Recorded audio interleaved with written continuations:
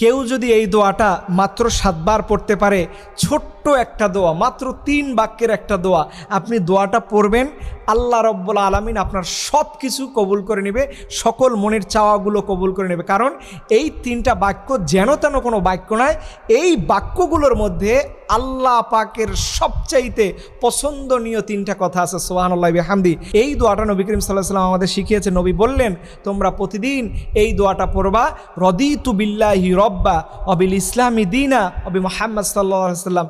আল্লাহ আপনাকে আল্লাহ হিসেবে পেয়ে খুশি, আপনার পক্ষ থেকে ইসলাম পেয়ে খুশি, এবং আপনার মনোনীত নবী হিসাবে পেয়ে খুশি।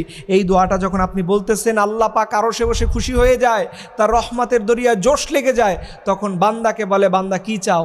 আপনি ওই ফাঁকে চেয়ে রাখবেন দুনিয়ার যত চাওয়া, আখেরাতের যত চাওয়া আল্লাহর কাছে চাইবেন, আল্লাহ পাক সব কিছু আপনাকে বিনা হিসাবে দিতে থাকবে। সুবহানাল্লাহি ওয়া বিহামদিহি।